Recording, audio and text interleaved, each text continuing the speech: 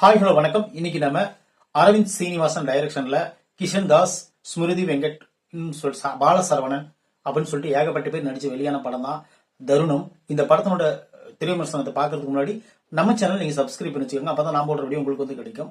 தருணம் இந்த படத்தோட ஸ்டோரி என்னன்னு பாத்தீங்கன்னா, ஓப்பனிங்ல ஒரு பெரிய அட்டாக் நடக்குது. ஒரு அட்டாக்னா ஒரு காட்டுக்குள்ள போய் தீவிரவாதிகளை அட்டாக் பண்ண போறாங்க ஒரு டீம், போலீஸ் டீம். அப்ப என்ன ஆகுதுன்னு பாத்தீங்கன்னா, அந்த போலீஸ் டீமினுடைய ஹீரோவா இருக்கிற நம்ம அர்ஜுன் என்ன பண்றாருன்னு பாத்தீங்கன்னா, அந்த டீமுக்குள்ள போய் ஃபைட் பண்ணிட்டு இருக்கும்போது, ஷூட்டிங் நடந்துட்டு இருக்கும்போது தெரியாதனமா அவரோட ஃப்ரெண்டையே அவர் சுட்டுறாரு. ஒரு எமோஷன்ல சுடும்போது என்ன ஆகுதுன்னா, இவர் வந்து மனநலம் பாதிக்கப்பட்டுருச்சு, இவர் வந்து இந்த மாதிரி பண்ணிட்டாருன்னு சொல்லிட்டு இவர் ட்ரீட்மெண்ட்டுக்காக போக சொல்லிடுறாங்க, சஸ்பெண்ட் ஆர்டர் கொடுத்து. அப்புறம் என்னாச்சுன்னா, அதே கதையில இன்னொரு சீன் நடக்குது. அது என்னன்னு பாத்தீங்கன்னா, இவர் வந்து ஒரு பொண்ணை லவ் பண்றாரு. லவ் பண்ணும்போது அந்த பொண்ணு ஒரு சில சில விஷயங்களுக்காக இவரை பிரேக்கப் பண்ணிட்டு போயிருது. போன உடனே அந்த பொண்ணுக்கு இவர் ஒரு கல்யாணத்தை பண்ணி வச்சுட்டு இவர் வெளியில வராரு. வெளியில வந்த உடனே தன்னோட ஃப்ரெண்டை சந்திக்கிற வராரு. ஃப்ரெண்டு வந்து பாலசரவணன். அவரை வந்து சந்திக்க வந்துட்டு அவருடைய ரூம்ல தங்கிட்டு இருக்காரு. அப்போ வந்து இவருக்கு இன்னொரு லவ் ஏற்படுது. அந்த பொண்ணுகிட்ட இவர் உண்மையா லவ் பண்றாரு. லவ் பண்ணிட்டு இருக்கும்போது அந்த பொண்ணுகிட்ட போலீஸுங்கிறத மறைச்சிடறாரு. மறைச்சிட்டு லவ் பண்ணிட்டு இருக்கும்போது ஒரு பெரிய அப்பார்ட்மெண்ட், அந்த அப்பார்ட்மெண்ட்ல அவங்க தங்கியிருக்காங்க. இவங்க ரெண்டு லவ் பண்ணிட்டு இருக்கிற விஷயம் ரெண்டு வீட்டுக்கும் தெரிஞ்சு ஓகே சம்மதம் சொல்லிடுறாங்க. சம்மதம் சொன்ன உடனே அந்த பொண்ணு கூட இவர் லவ் பண்ண பொண்ணு கிடையாது.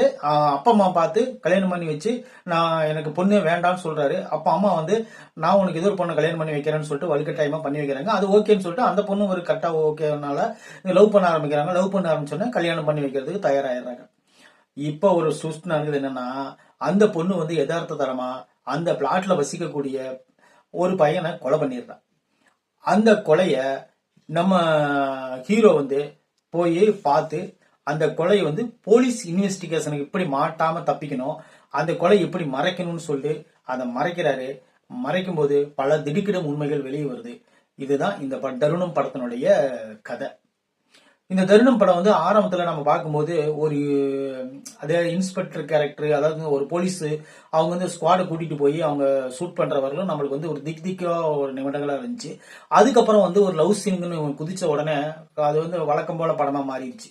என்னன்னா காதல், அப்புறம் அப்புறம் மோதல், இந்த மாதிரி பிரேக்கப்பு, இந்த மாதிரி கதை போயிட்டு இருக்குங்காட்டி நாம என்ன நினைச்சோம், சரி ஓகே இது லவ் படம் போல தெரியுது அப்படின்னு நினைச்சு பார்த்துக்கிட்டு இருந்தோம். அப்புறம் இவர் என்ன பண்ணாரு, அந்த பொண்ணை வேற ஒரு பையனை கல்யாணம் பண்ணி வச்சுட்டு இவர் அங்கிருந்து வெளியே வந்து ஃப்ரெண்டோட வாழ்க்கைக்கு வர்றாரு. அதுக்கப்புறம் ஏதோ ட்விஸ்ட் நடக்கும் அப்படின்னு நம்ம எதிர்பார்த்துட்டு இருந்தோம். அங்கேயும் எதுவும் நடக்கல. அப்புறம் அப்புறம் ஒரு லவ் பண்ண ஆரம்பிக்கிறாரு. அது பொண்ணு பார்த்த இடத்துல அம்மா செலக்ட் பண்ண பொண்ணு லவ் பண்றாரு. அப்புறம் பண்ணிட்டு இருக்கும்போது சரி இந்த காதல் இப்படியே போயிடும், இது வந்து சக்சஸ் ஆயிரும் நினைச்சிட்டு இருப்போம். ஆனா அது அப்படி ஆகாது.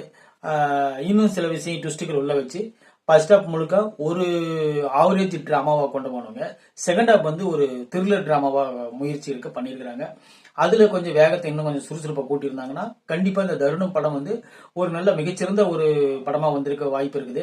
ஃபர்ஸ்ட் ஹாப்ல ரொம்ப சோம்பலா படம் போனதுனால செகண்ட் ஹாப்ல இருக்கிற அந்த விறுவிறுப்பு வந்து நம்மளுக்கு வந்து ஆவரேஜா அந்த மாதிரி தான் இருந்துச்சு. ஆனா அதையும் மீறி இந்த படத்தை வந்து நீங்க ஒரு டைம் பார்த்து என்ஜாய் பண்றக்கூடிய படம் தான் இது.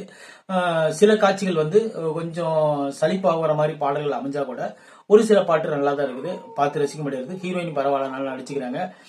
அப்புறம் ஹீரோவும் தன்னோட கொடுத்த கதாபாத்திரத்தை நல்லா பண்ணியிருக்காரு. அந்த கொலை செய்யப்பட்ட நபர் வந்து அவர் வந்து ஒரு மோசமான கேரக்டர் அப்படிங்கிற சித்தரிக்கிறதுக்காக ஆரம்பத்திலேயே அவருக்கு ஒரு ட்விஸ்டான சீன் வச்சிருப்பாங்க. அதை நீங்க பாத்தீங்கன்னா உங்களுக்கே தெரியும். எல்லாம் படம் வழக்கமா பார்த்துட்டு கிரைம் த்ரில்லர் படம் பாக்குறவங்களுக்கு கண்டிப்பா இந்த படத்தினுடைய கதை ஈஸியா புரிஞ்சிடும்.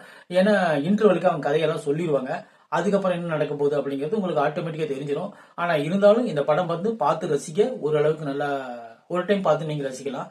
அதுக்குண்டான எல்லா அம்சமும் இந்த படத்துல இருக்குது. சில நம்பும்படியான காட்சிகள் இல்ல. அது என்னன்னு பாத்தீங்கன்னா, அந்த ஒரு சீன் வந்து பாலசரவணன் வந்து கார் எடுத்துட்டு போயிடுவாரு. அந்த கார் என்னாச்சு, அந்த காருக்குண்டான நபர் யாரு அப்படின்னு சொல்லி இன்வெஸ்டிகேஷன் பண்ணுவாங்க. அதெல்லாம் அவங்க எதுவுமே கண்டுக்கிறதே கிடையாது. போலீஸ் இன்வெஸ்டிகேஷன் வந்து எதுவுமே பண்றதே கிடையாது. இவர் வந்து கொலையை மறைக்கிறதுக்கு எல்லாத்துக்கிட்டையும் டிராமா பண்ணுவாரு. அப்படிங்கும்போது நீங்க இந்த கதையை நீங்களே புரிஞ்சுக்கோங்க எப்படி இருக்குன்ட்டு. கிளைமேக்ஸ் பரவாயில்ல. இந்த படத்தை வந்து நீங்க ஒரு டைம் பார்த்து என்ஜாய் பண்ணலாம். அதுக்குண்டான ஒர்த்தான படம் தான் இது. இந்த படத்துக்கு வந்து 40-45 மார்க் கொடுக்கலாம். அதுக்குண்டான ஒர்த்தான படம் தான். இந்த விமர்சனம் பிடிச்சிருந்தா நம்ம சேனல் நீங்க சப்ஸ்கிரைப் பண்ணி வச்சுக்கோங்க. நான் போடுற வீடியோ உங்களுக்கு வந்து கிடைக்கும். தேங்க்யூ.